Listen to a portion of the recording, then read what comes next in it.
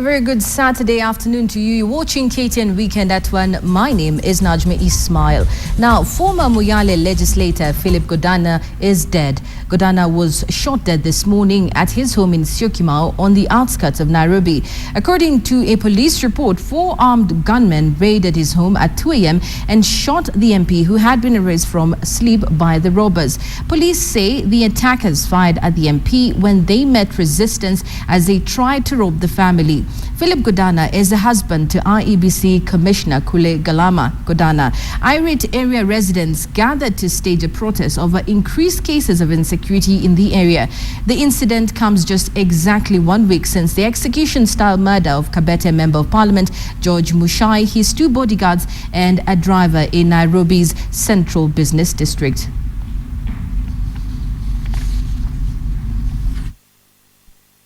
Campaign in Western Kenya to register residents as voters in readiness for 2017 has been hailed by the locals. The residents who spoke to KTN said the exercise will enable people get identification cards, which had previously been hard to get. Now, a section of leaders had reportedly mobilized resources and paid for the exercise so that residents would not have to pay the usual 300 shillings charged per person for the issuance of IDs. The exercise was launched yesterday at the Lugari, Malava and Lurambi constituencies. Many residents turned up to acquire new IDs and registered as voters.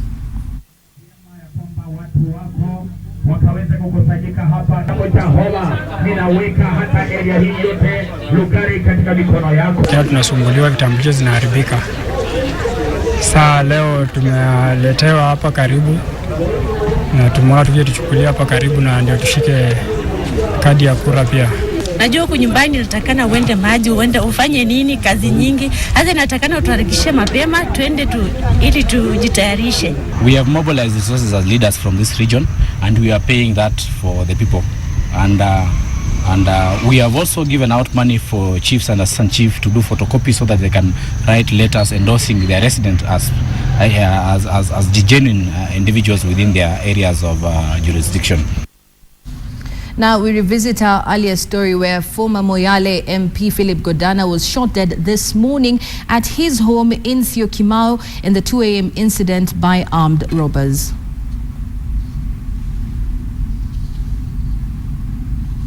Now we're told that Godana was shot dead this morning at his home in Syokimau in the outskirts of Nairobi, and according to police reports, 4 gunmen raided his home at 2 a.m. and shot him while he was asleep. Police say that the attackers fired at the MP when they met resistance as they tried to rob the family. Phillip Godana is the husband to IEBC Commissioner Kule Godana. Irate area residents gathered to stage a protest over increased cases of insecurity in the area. Now, the incident comes just exactly 1 week since the execution-style murder of Kabete Member of Parliament George Mushai, his 2 bodyguards and a driver in Nairobi's Central Business District.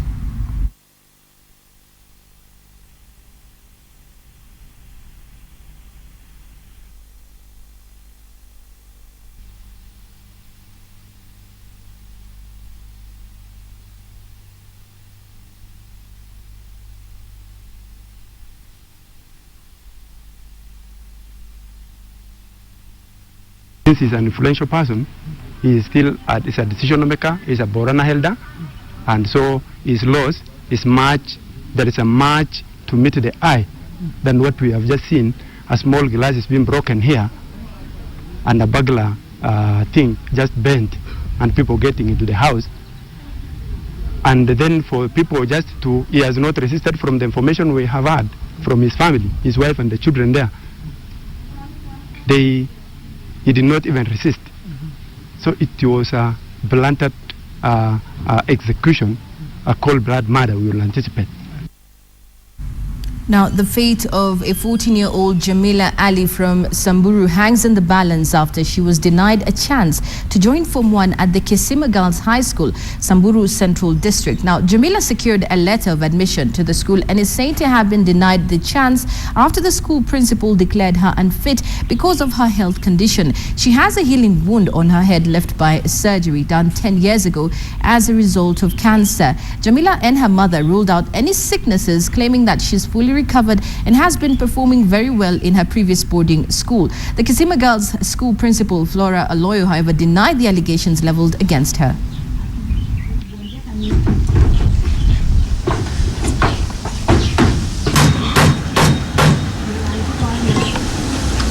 Sijui ni kwa nini na si ati naweza ambukishana ugonjwa na ugonjwa inunuliwi, Mungu ndo anapeana. Nikamuuliza mara 3, mtoto wangu umekataa kwa sababu yeye ni mgonjwa. Nikarudia mara ya 2, nikarudia mara ya 3 na hakunijibu. The medical report from the doctor showed that the girl has cancer of the brain and also she has a kidney problem, and therefore she required special attention. I called my deputy and 3 other teachers and the parent, and we inquired from her what special attention meant. And she said, 1, the girl could not lift a heavy burden, or luggage rather. She also said the girl gets a lot of pain if she does not pass urine. Now, we told her that this girl is our student and this is a boarding school.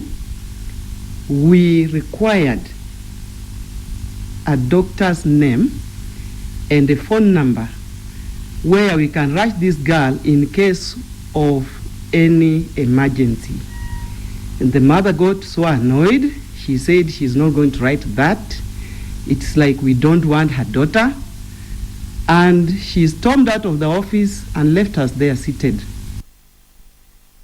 Very unfortunate indeed. Now, the National Assembly's Departmental Committee on Land has moved in to investigate how Kengen acquired thousands of acres for geothermal exploration in Naivasha. The company obtained over 3,000 acres from the troubled Ngati Farmers Cooperative Society in Maela.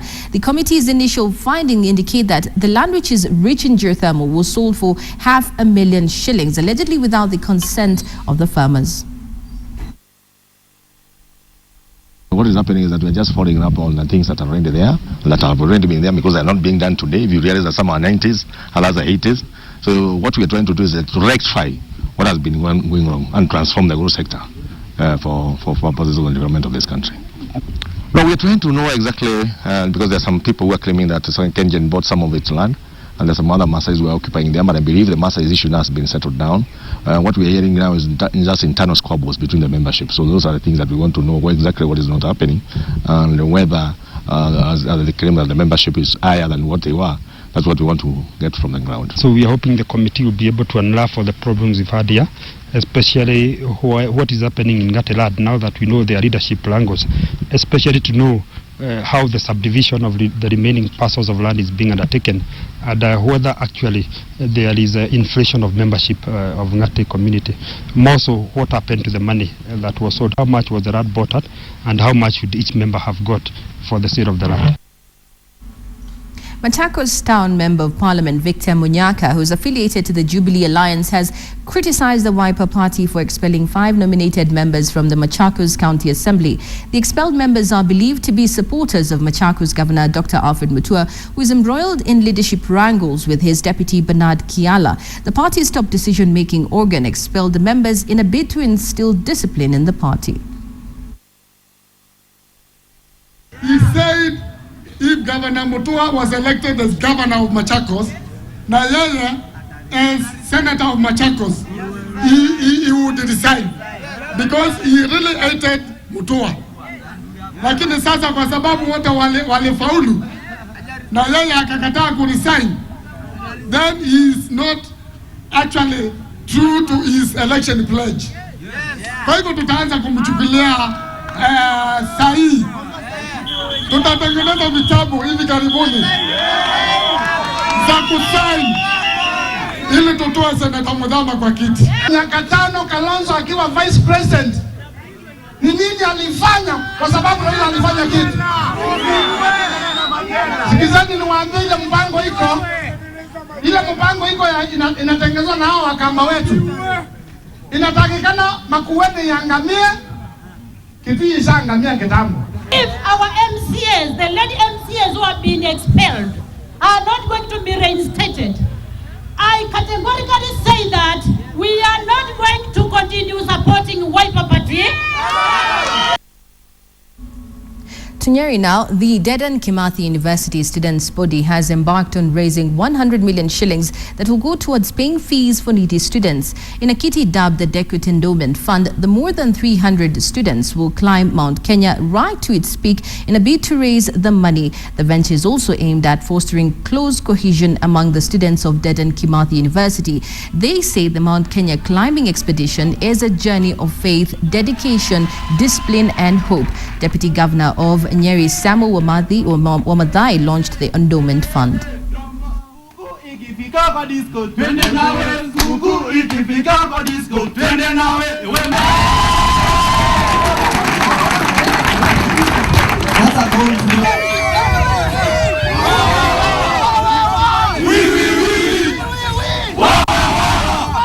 Very many people within our population, they just see each morning, they see Mount Kenya, very beautiful, but very few have been able to go there.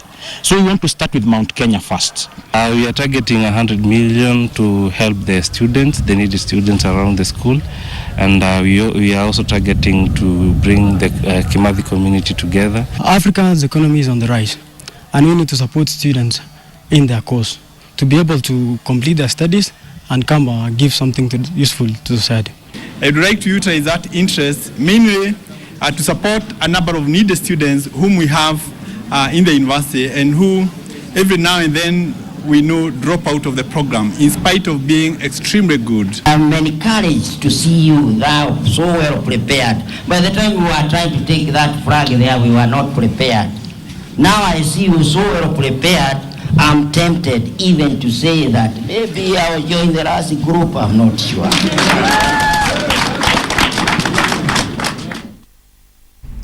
Time for a break now, but I will be back with international and sports news.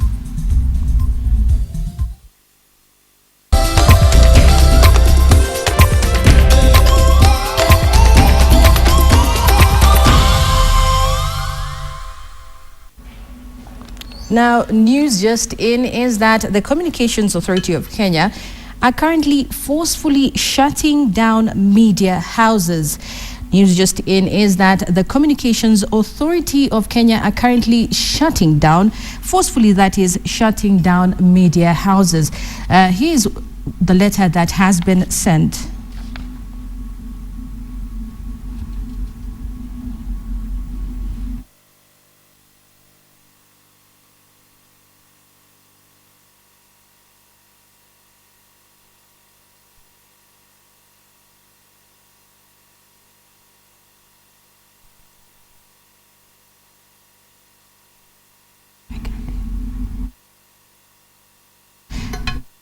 Now, the letter goes like, we acknowledge the receipt of your letter of the 13th of February 2015. We wish to observe and respond as follows.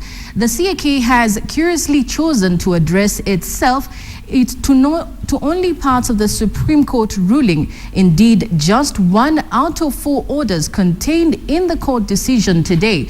And with inconsiderate and reckless haste, you have issued a switch-off deadline of midnight today, February 13th, 2015, in complete disregard to the interests of more than 90% of viewers that depend entirely on free-to-air television.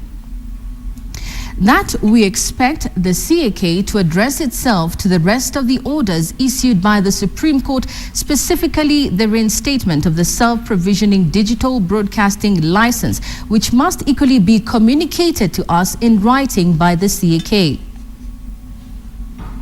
That by the reinstating our license and the frequencies, the Supreme Court orders allow us to migrate to digital broadcasting as self-provisioning signal distributors, but this will not be possible until the CAK allows time for our acquisition of our equipment that includes digital transmitters, antennas and the critical set-top boxes, also commonly known as digital receivers, decoders. This acquisition process should be noted was interrupted by the CAK's cancellation of our self-provisioning authorization on the 21st of January 2015.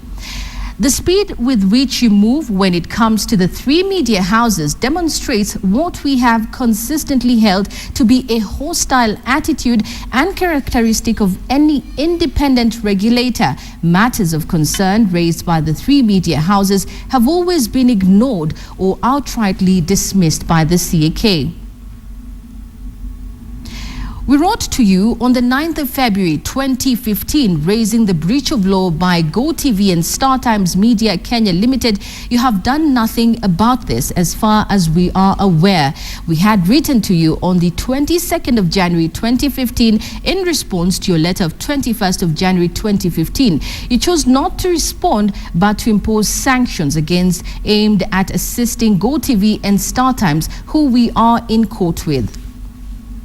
Related to 4 above, your impartiality or indeed lack of was tested recently when television channels that had otherwise migrated as per your schedule reverted to analog broadcasts in Nairobi. Now, no action known to us or the public was taken against the said stations. And as you may well be aware, this case is among many recent instances that cleared all doubt over your consistent inability to be an impartial arbiter in industry matters. You have failed, but not surprisingly, to be frank with Kenyans on the true state of the country's preparedness for digital migration. In a country of more than 6 million television households, there is a combined number of just over 500,000 set-top boxes, a vast majority of them pay TV boxes in the country. Now, only 50,000 of these are free-to-air boxes. Now, your action tonight of switching off analog broadcasts amounts to the plunging into darkness of more than 90% of viewers, a majority of them ordinary Kenyans with no means to access or afford paid television. Additionally, your action tonight amounts to an infringement on the right of the Kenyan public to receive information under Article 33 of the Constitution and violates the freedom of broadcasting. This letter is from the coordinator of Mr. Sam Shirley. Now, media houses were writing to the CAK. The letter was as I have read it. Well, that's it on the weekend at 1. My name is Najmi Ismail.